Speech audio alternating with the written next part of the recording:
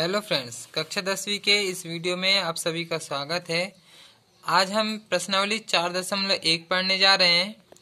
इसके पहले मैंने अध्याय 4 का बेसिक नॉलेज वाला वीडियो बनाया है, तो आप पहले उस वीडियो को देख लें कि उसमें हमें पढ़ना क्या क्या है। तो आइए अब हम इस वीडियो को शुरू करते हैं। तो हम प्रश्न नंबर 1 देखते हैं। हमें सिर्फ जांच करना है इसमें कि क्या ये जो समीकरण दिए हैं ये द्विघात समीकरण है या नहीं। तो पहले हमें द्विघात समीकरण क्या होता है वह देखना चाहिए। तो उसके पहले मैंने जो वीडियो बनाया है उसे आप देख लें। जो द्विघात समीकरण है वो हमें इस टाइप के दिखेंगे। ax की घात 2 धन bx धन c बराबर में 0। यदि ये घात 2 वाला इस टाइप का समीकरण आया है, मतलब ये द्विघात समीकरण है, तो हमें इसी टाइप से उसको हल करके देखना है। यदि हल करने पे ये जो समीकरण है वर्ग समीकरण या द्विघात समीकरण बन जाते हैं, तो हम आंसर में लिख देंगे कि हाँ ये द्विघात समीकरण है। तो आइए हम पहला प्रश्न देखते हैं। जो प्रश्न नंबर 1 दिया हुआ है, अब हम पहले इसको हल करेंगे।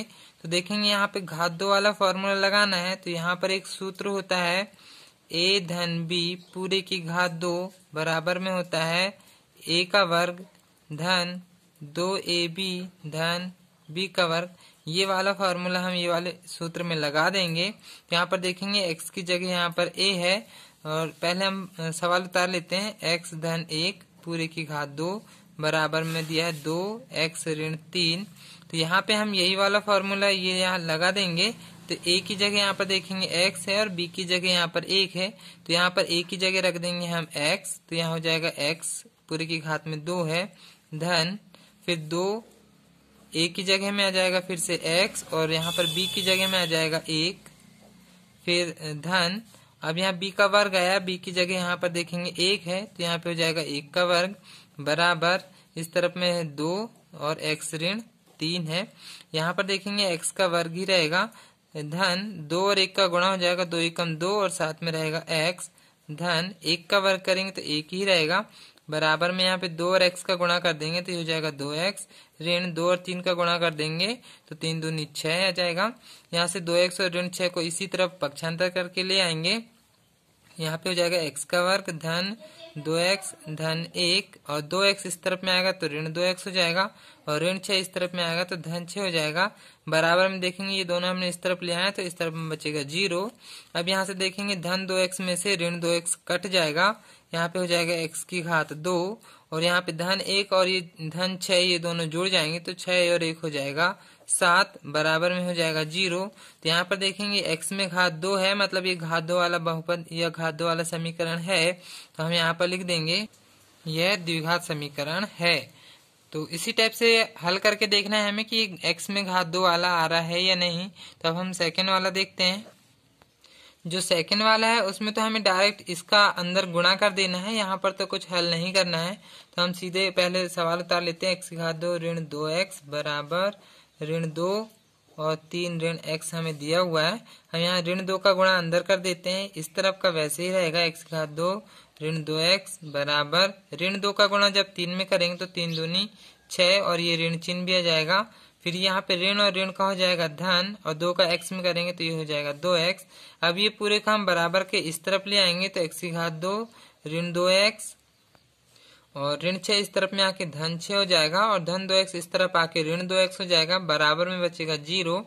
यहाँ देखेंगे ऋण 2x और ऋण 2x ऋण ऋण यहाँ पर जुड़ जाएंगे तो x की घात 2 ऋण 2 और 2 हो जाएगा 4x और फिर बचा है धन 6 बराबर में 0।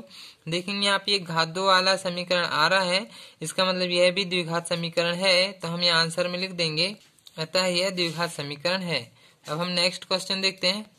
जो सेकंड वाला है इसमें तो बस हमें अंदर गुणा करना है। तो पहले यहाँ पर देखेंगे x का गुणा x में करेंगे, फिर x का गुणा 1 में करेंगे, उसी टाइप से 2 का गुणा x में करेंगे, फिर 2 का गुणा 1 में करेंगे। ऐसे ही यहाँ पर भी गुणा करना है। तो पहले हम क्वेश्चन उतार लेते हैं। अब देखेंगे हम x का गुणा x में करेंगे तो यहाँ पर x की घात हो जाएगा 2, फिर x का गुणा धन 1 में करेंगे तो यहाँ पर हो जाएगा धन 1x, तो सामने पे 1 नहीं लिखते हैं। अब ऋण 2 का गुणा x में करेंगे तो ये हो जाएगा ऋण 2x, फिर ऋण 2 का गुणा धन 1 में करेंगे तो धन ऋण का यहाँ पर हो जाएगा ऋण और 2 एकम 2 बराबर x का गुणा यहाँ पर x में करेंगे तो x की घात 2 हो जाएगा। x का गुणा अब हम 3 में करेंगे तो यहाँ पर धन 3 और x का हो जाएगा 3x। अब ऋण 1 का गुणा x में करेंगे तो हो जाएगा ऋण 1x। अब ऋण 1 का गुणा 3 में करेंगे तो यहाँ धन ऋण का ऋण और 3 एकम 3 हो जाएगा। अब इन सबको हम बराबर के इस तरफ पक्षांतर करके ला लेंगे। तो पहले हम यहाँ तक उतार लेते हैं तो हो जाएगा x की घात 2 धन 1x ऋण 2x ऋण 2। अब यहाँ धन x की घात 2 इस तरफ आके ऋण x की घात 2 हो जाएगा। धन 3x इस तरफ आके ऋण 3x और ऋण 1x इस तरफ आके धन 1x और ऋण 3 इस तरफ आके धन 3 बराबर में बचेगा 0। यहाँ पर देखेंगे यहाँ पे 2 नहीं है, x की घात 2 इस तरफ आके ऋण x की घात 2 बस बचेगा। यहाँ पे धन x की घात 2 से ऋण x की घात 2 घट जाएगा और ये 1x और ये 1x मिलके ये हो जाएगा 2x धन में रहेगा और ये ऋण 2x है और यहाँ पर ऋण 3x भी है और ऋण 2 और धन 3 यहाँ पर घट जाएंगे तो यहाँ बचेगा धन 1 बराबर 0। बड़ी संख्या के सामने का धन आ जाएगा। ऋण 2x में से धन 2x घट जाएगा और सिर्फ बचेगा ऋण 3x धन 1 बराबर में 0। तो यहाँ पर देखेंगे घात 2 वाला x में घात 2 नहीं बच रहा है, मतलब ये द्विघात वाला समीकरण नहीं है, यह द्विघात समीकरण नहीं है। नेक्स्ट क्वेश्चन देखते हैं। जो नेक्स्ट क्वेश्चन है उसमें भी इसी टाइप से अंदर गुणा करना है। तो पहले x का गुणा यहाँ दोनों में करेंगे, फिर 3 का गुणा अंदर दोनों में, इसी टाइप से x का गुणा यहाँ अंदर दोनों में करेंगे। तो पहले हम क्वेश्चन उतार लेते हैं। x का गुणा यहाँ पर 2x में करेंगे तो ये हो जाएगा 2 और x का हो जाएगा x की घात 2। फिर धन x का गुणा 1 में करेंगे तो ये हो जाएगा 1x। अब ऋण 3 का गुणा 2x में करेंगे तो ऋण 3 दूनी 6 और साथ में रहेगा x।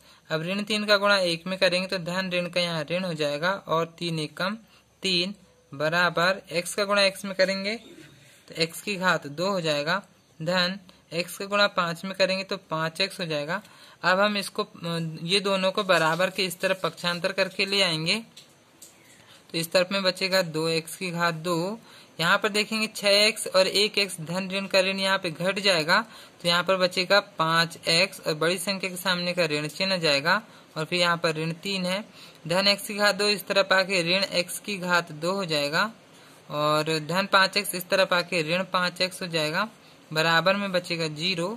तो 2x की घात 2 में से 1x की घात 2 घट जाएगा तो 1x की घात 2 बचेगा और बड़ी संख्या के सामने का धन हो जाएगा और ऋण 5x और ऋण 5x यहाँ जुड़ जाएगा तो ये हो जाएगा ऋण 10x ऋण का चिन्ह जाएगा और यहाँ पर ऋण 3 बचा है बराबर में हो जाएगा 0।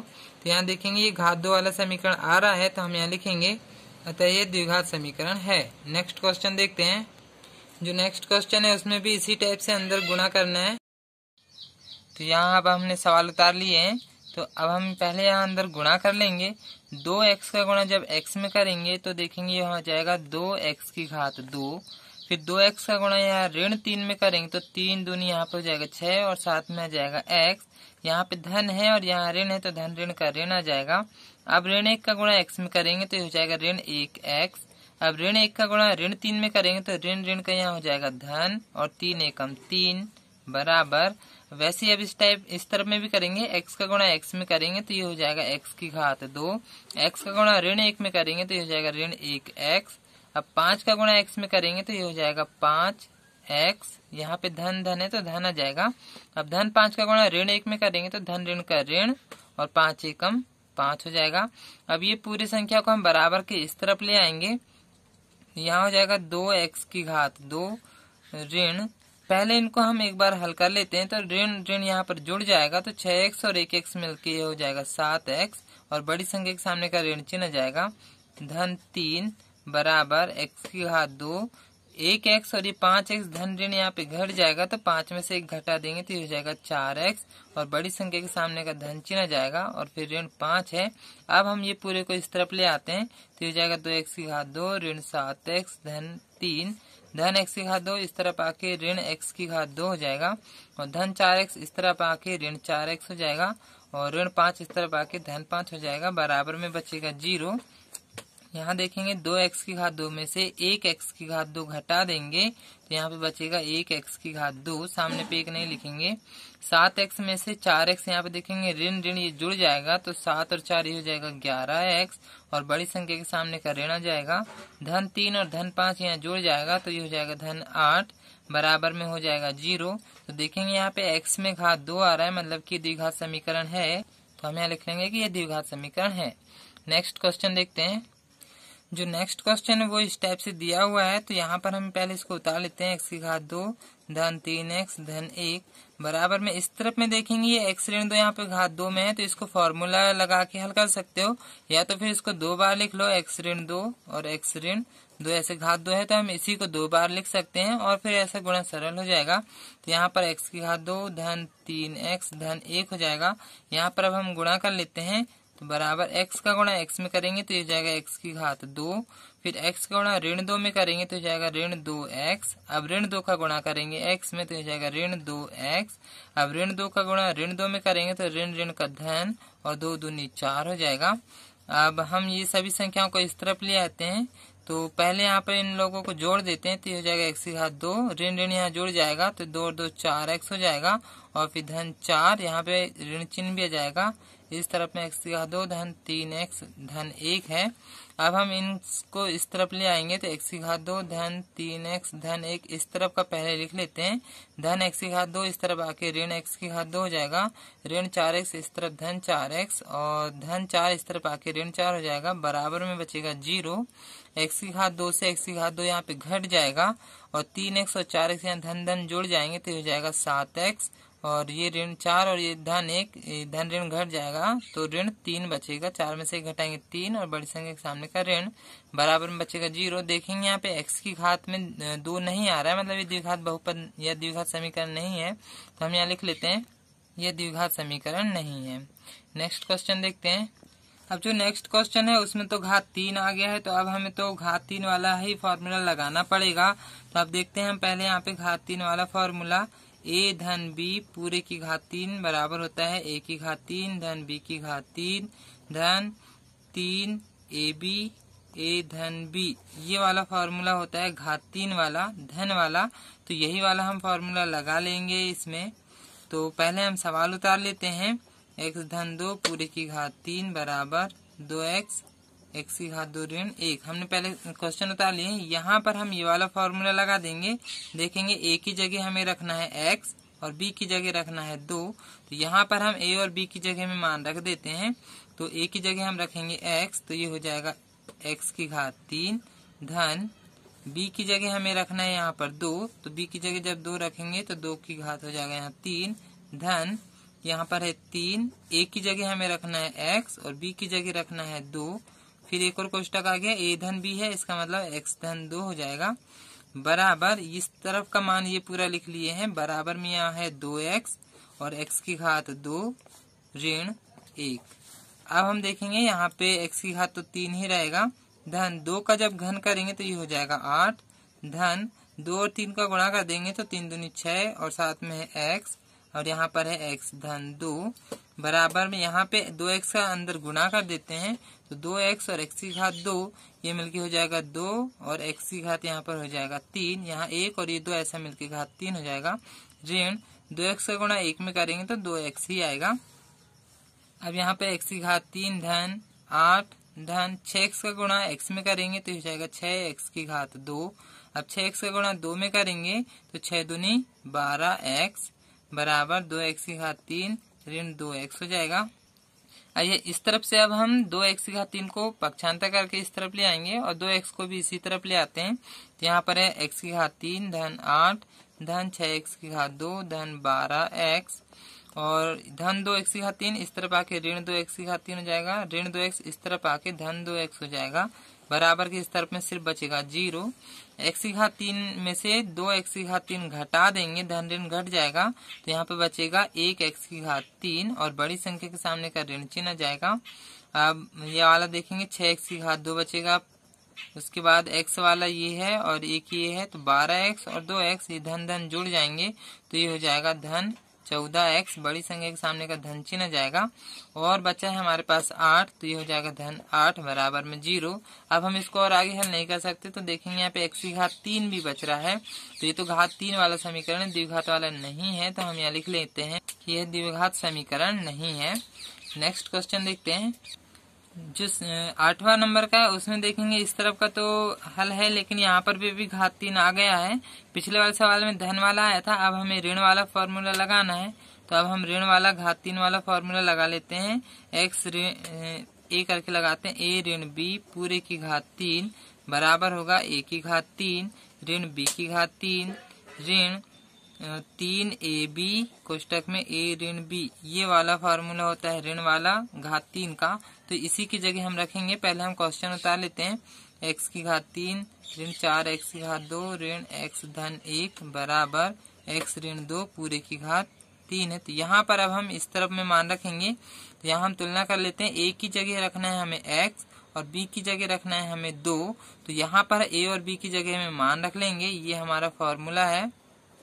तो देखेंगे यहाँ इस तरफ का तो ऐसे ही रहेगा। x की घात 3 ऋण 4x की घात 2 ऋण x धन 1 बराबर यहाँ पर a की जगह रखना है हमें x, तो ये हो जाएगा x की घात 3 फिर ऋण फिर b की जगह हमें रखना है 2, तो ये हो जाएगा 2 की घात 3 फिर ऋण 3 और a की जगह रखेंगे x और दूसरे कोष्टक में b आ गया तो b की जगह रखना है 2 और फिर यहाँ पर देखेंगे एक कोष्टक आ गया है तो वहाँ पे a ऋण b है यानी कि x ऋण 2 आ जाएगा। तो ये इस तरफ में तो x की घात 3 ऋण 4x की घात 2 ऋण x धन 1 ऐसे ही रहेगा। इस तरफ में x की घात 3 ऋण 2 का जब घन करेंगे तो ये हो जाएगा 8 ऋण 3 2 और x का गुणा कर देंगे तो 3 दूनी 6x हो जाएगा और कोष्टक में है x ऋण 2। अब हम इसको आगे हल करेंगे तो यहाँ पर 6x का गुणा यहाँ अंदर हो जाएगा तो ये हो जाएगा x की घात 3 ऋण 4x की घात 2 ऋण x धन 1 बराबर x की घात 3 ऋण 8 ऋण 6x का गुणा अब x में कर देंगे तो ये हो जाएगा 6x की घात 2 और 6x का गुणा अब ऋण 2 में करेंगे तो ऋण ऋण का यहाँ हो जाएगा धन और 6 दूनी 12 और साथ में हो जाएगा x। अब हम ये पूरी संख्याओं को बराबर के इस तरफ ले आते हैं। तो अब हम ये सभी संख्याओं को इस तरफ लाएंगे तो पहले इस तरफ की संख्या उतार लेते हैं। अब देखेंगे जो धन में है वो इस तरफ आके ऋण में हो जाएगा, जो ऋण में है वो धन में हो जाएगा। ये भी ऋण में है तो इधर आके धन x 6x का 2 और ये धन में है तो इधर आके ऋण 12x बराबर में देखेंगे 0 बचेगा। धन x की घात 3 से ऋण x की घात 3 घट जाएगा और यहाँ 4x की घात 2 और 6x की घात 2 ये धन में है ये ऋण में तो ये भी घट जाएगा। तो 6 में से 4 घटा देंगे बचेगा 2x की घात 2 और बड़ी संख्या के सामने का धन चिन्ह जाएगा। फिर x वाला देखेंगे तो ये 12x और ये 1x और ये ऋण ऋण है तो जुड़ जाएंगे तो 12 और 1 13x हो जाएगा और बड़ी संख्या के सामने का ऋण चिन्ह आ जाएगा।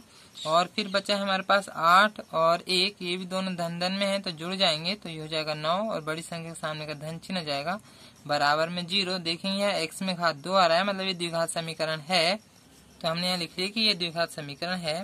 नेक्स्ट क्वेश्चन देखते हैं। अब जो क्वेश्चन दिए हुए हैं उसमें हमें सवाल पढ़ के समीकरण बनाना है, सिर्फ हमें इसको द्विघात समीकरण बनाकर छोड़ना है। अब हमें एक आयताकार भूखंड का क्षेत्रफल दिया हुआ है 528।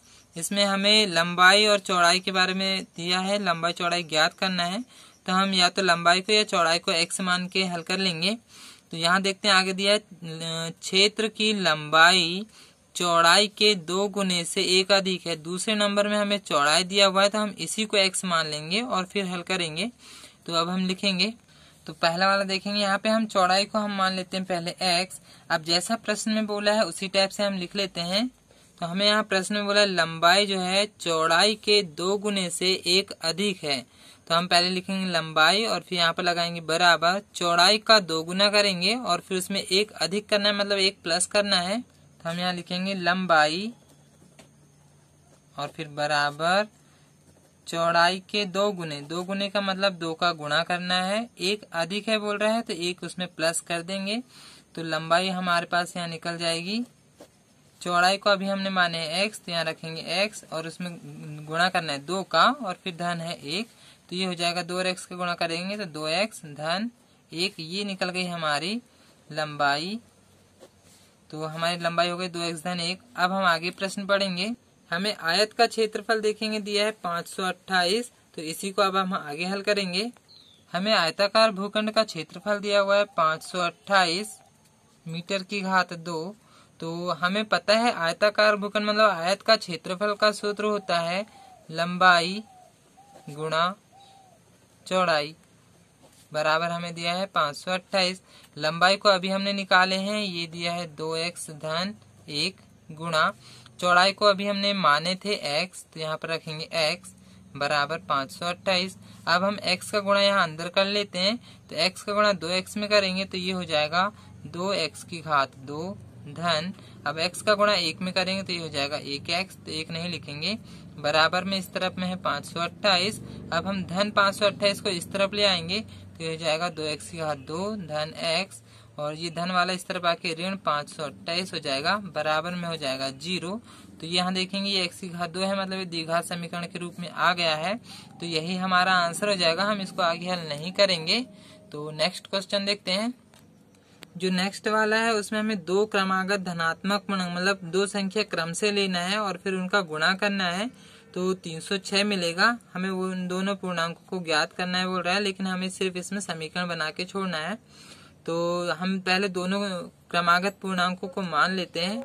तो दो क्रम से संख्या लेना है, तो मान के चलो हमने एक पहली संख्या ले ली x, तो जो दूसरी संख्या हो जाएगी x धन 1 हो जाएगी। बस ये दोनों संख्या क्रमागत संख्या बोलेगा तो इसी टाइप से मानना है। अब हम इन्हीं दोनों संख्याओं का जब गुणा करेंगे तो गुणनफल आ रहा है 306, तो इस टाइप से हम लिखेंगे। हमें दोनों पूर्णांकों का गुणनफल यहाँ पर दिया हुआ है 306, मतलब जो दोनों संख्या हमने माने उन्हीं का गुणा करना है, यानी x गुणा x धन 1 बराबर हो जाएगा 306। तो बस हमें x का गुणा यहाँ x में करना है, तो ये हो जाएगा x की घात 2 धन x का गुणा 1 में करेंगे तो 1x हो जाएगा, 1 नहीं लिखेंगे, बराबर में है 306 धन 306 को इस तरफ ले आएंगे तो ऋण 306 हो जाएगा, तो x की घात 2 धन x, और ये इस तरफ आके ऋण 306 हो जाएगा, बराबर में बचेगा 0। तो ये हमारा द्विघात समीकरण आ गया है, तो यही हमारा आंसर हो जाएगा। तो नेक्स्ट क्वेश्चन देखते हैं। अब जो नेक्स्ट क्वेश्चन है उसमें रोहन की माँ उससे 26 वर्ष बड़ी है, उससे मतलब रोहन से 26 वर्ष बड़ी है, तो पहले हमें उससे का मतलब रोहन की आयु को मानना पड़ेगा, तो उससे हमें माँ की आयु पता चल जाएगी, और फिर अब हम फिर आगे देखेंगे। तो इसमें सबसे पहले हम रोहन की आयु को मान लेते हैं x। तो प्रश्न में बोला है जो माँ की आयु है बराबर रोहन की आयु से 26, माँ जो है रोहन से 26 वर्ष बड़ी है, तो हम यहाँ पे बड़ी है इसलिए हम प्लस 26 करना पड़ेगा। तो यहाँ पर माँ की आयु हो जाएगी, रोहन की आयु हमने माने x धन 26, तो ये माँ की आयु हो गई x धन 26। अब हम आगे प्रश्न पढ़ेंगे। अब आगे हमें दिया है उनकी आयु का गुणनफल, यानी अभी जो हमने आयु माने हैं उनका गुणा करेंगे, तो अब से 3 वर्ष के पश्चात यानी 3 वर्ष के बाद की आयु पहले हम निकाल लेते हैं और गुणा करेंगे तो 360 हो जाएगी बोल रहा है। तो अब हम पहले 3 वर्ष के बाद की आयु देख लेते हैं। तो 3 वर्ष पश्चात यानी कि बाद बोलेगा तो उसमें जोड़ना है, तो पहले हम रोहन की आयु देख लेते हैं। अभी रोहन की आयु x है, तो 3 वर्ष के बाद हो जाएगी x धन 3 जोड़ दिए हमने। उसी टाइप से माँ की आयु है अभी x धन 26, तो 3 वर्ष के बाद बोल रहा है तो उसमें भी 3 जोड़ देते हैं, इसका मतलब ये हो जाएगा x धन 29। ये हो गई हमारी माँ की आयु 3 वर्ष के बाद। अब जो 3 वर्ष के बाद जो दोनों आयु आई है उन्हीं का गुणा करेंगे तो हमें 360 हो जाता है बोल रहा है। तो अब हम फिर से प्रश्नानुसार लिख लेते हैं, दोनों की आयु का गुणा कर देते हैं, तो x धन 3 है और x धन 29 है, तो बराबर में हो जाएगा 360। तो अब हम यहाँ पर अंदर गुणा कर लेते हैं, x का गुणा x में करेंगे तो ये हो जाएगा x की घात 2, x का गुणा 29 में करेंगे तो धन 29x, फिर धन 3 का गुणा x में करेंगे तो 3x हो जाएगा, धन 29 का गुणा 3 में करेंगे तो 87 हो जाएगा, बराबर में बचा है 360।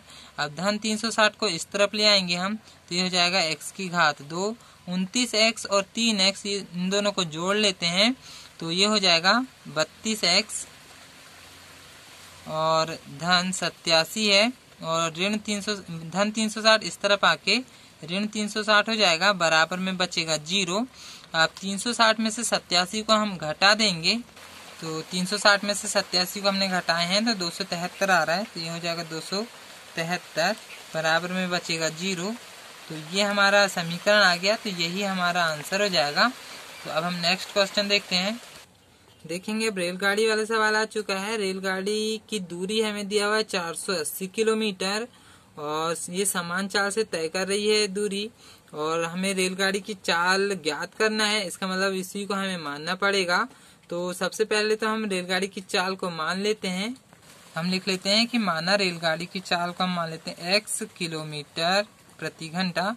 ये रेलगाड़ी की चाल हो गई और रेलगाड़ी की दूरी भी दिया हुआ है हमें। तो रेलगाड़ी की तय की गई दूरी हमें दिया हुआ है 480 किलोमीटर। तो हमें दूरी भी दिया हुआ है, चाल भी दिया हुआ है, तो बस हमें समय नहीं पता। तो हमारे पास समय का सूत्र होता है दूरी बटे चाल। तो यहीं से हम यहाँ पर मान निकाल लेते हैं। तो दूरी तो हमें दिया हुआ है 480 और चाल हमने अभी माने हैं x, तो ये हो जाएगा 480 के बटे x। तो ये हमारा एक पार्ट हो गया। अब हम आगे की लाइन पढ़ेंगे तो उससे दूसरा पार्ट हमें पता चलेगा। तो प्रश्न देखते हैं। अब यहाँ पर देखेंगे जो चाल है हमें 8 किलोमीटर प्रति घंटा कम करना है। पहले अभी हमने माने थे x, उसमें 8 किलोमीटर कम करना है, मतलब घटाना है। तो यहाँ पर अब प्रश्नानुसार लिख के हम पुनः कर रहे हैं। अब फिर से रेलगाड़ी की चाल को हमें 8 किलोमीटर प्रति घंटा कम करना है। तो जो पहले से जो चाल थी उसमें हमें 8 को घटाना है। तो ये अब रेलगाड़ी की चाल हो जाएगी x ऋण 8 किलोमीटर प्रति घंटा। तो वह उसी दूरी को, मतलब यही 480 किलोमीटर की ही दूरी को तय करने में 3 घंटे अधिक समय लेता है। तो इसी टाइप से अब हम आगे बनाएंगे। तो दूरी तो हमें फिर से वही दिया था 480। तब इस बार समय हो जाएगा हमारा दूरी बटे चाल, यानी दूरी है हमारे पास 480 और चाल हमें अभी माने हैं x ऋण 8। तो ये हमारा समय हो गया। तो अब हम दोनों समय को हम घटा लेंगे तो 3 घंटे अधिक समय लगेगा। अब देखेंगे वह उसी दूरी को तय करने में 3 घंटे अधिक लेता है। तो अब हम इसका समीकरण बनाएंगे। तो अब हमने जो दोनों समय निकाले हैं उसी को घटा देंगे तो 3 घंटे अधिक समय लेगा। तो उसको बनाएंगे हम। तो इसको लिखेंगे 480 के बटे x ऋण 8 ऋण 480 के बटे x, तो बराबर में हो जाएगा 3। तो बस अब हमें इसी को हल करना है। तो यहाँ पर देखेंगे क्रॉस गुणा कर लेंगे। तो x का गुणा 480 में करेंगे तो ये हो जाएगा 480 x ऋण 480 में ये x ऋण 8 का गुणा करेंगे तो हम यहाँ लिख लेते हैं 480 और कोष्टक में x ऋण 8 हो जाएगा और पूरे के बटे में ये दोनों का यहाँ पर नीचे नीचे का गुणा हो जाएगा। तो इसको लिख लेते हैं x ऋण 8 बराबर में इस तरफ में है 3। तो अब हम यहाँ पे ये 3 को हम यहाँ ले आते हैं और ये पूरी संख्या को इस तरफ पक्षांतर कर देते हैं, यहाँ पलटा देते हैं। तो यहाँ हो जाएगा ऊपर पे 480 x ऋण 480 का x में गुणा करेंगे तो ये हो जाएगा 480 x। यहाँ पर देखेंगे ऋण ऋण का यहाँ हो जाएगा धन, 480 और 8 का गुणा करेंगे तो ये हो जाएगा 3840 और पूरे के बटे में यहाँ से हम ये 3 को इधर ले आएंगे तो यहाँ नीचे हो जाएगा और बराबर में x ऋण 8 यहाँ इस तरफ में चल जाएगा। तो हमने नीचे की जगह चेंज कर दिए हैं। अब यहाँ देखेंगे 480x में से 480x यहाँ पे घट जाएगा तो सिर्फ बचेगा 3840 पूरे के बटे 3 बराबर, यहाँ पे हम x का गुणा x में कर देंगे तो ये हो जाएगा x की घात 2 और x का गुणा ऋण 8 में करेंगे तो ये हो जाएगा ऋण 8x। तो अब हम देखेंगे ये 3 से ये 3840 में हम भाग दे देते हैं तो ये हो जाएगा 3 एकम 3, यहाँ पर जाएगा 3 दूनी 6, यहाँ शेष बच जाएगा 2, 3 अट्ठे 24 और एक 0 है, यानी कि 1280 शेष बच रहा है। तो हम यहाँ लिख लेते हैं 1280 बराबर x की घात 2 ऋण 8x। तो अब हम ये 1280 को इस तरफ पक्षांतर कर लेते हैं तो ये जाएगा x की घात 2 ऋण 8x और धन 1280 इधर आके ऋण 1280 हो जाएगा। तो बराबर में इस तरफ में बचेगा सिर्फ 0। यहाँ मैंने x मान के करा है, पीछे पे u माना था उसने तो u से आंसर आ रहा है। तो x की जगह आप u मान के भी कर सकते हैं, यह x भी सही आंसर है। तो ये हमारा समीकरण आ चुका है। तो हमें यहीं तक बस हल करना था। तो देखेंगे मैंने 4.1 के सभी प्रश्नों को हल करा दिया है। तो अब हम इसके नेक्स्ट वीडियो में 4.2 पढ़ेंगे।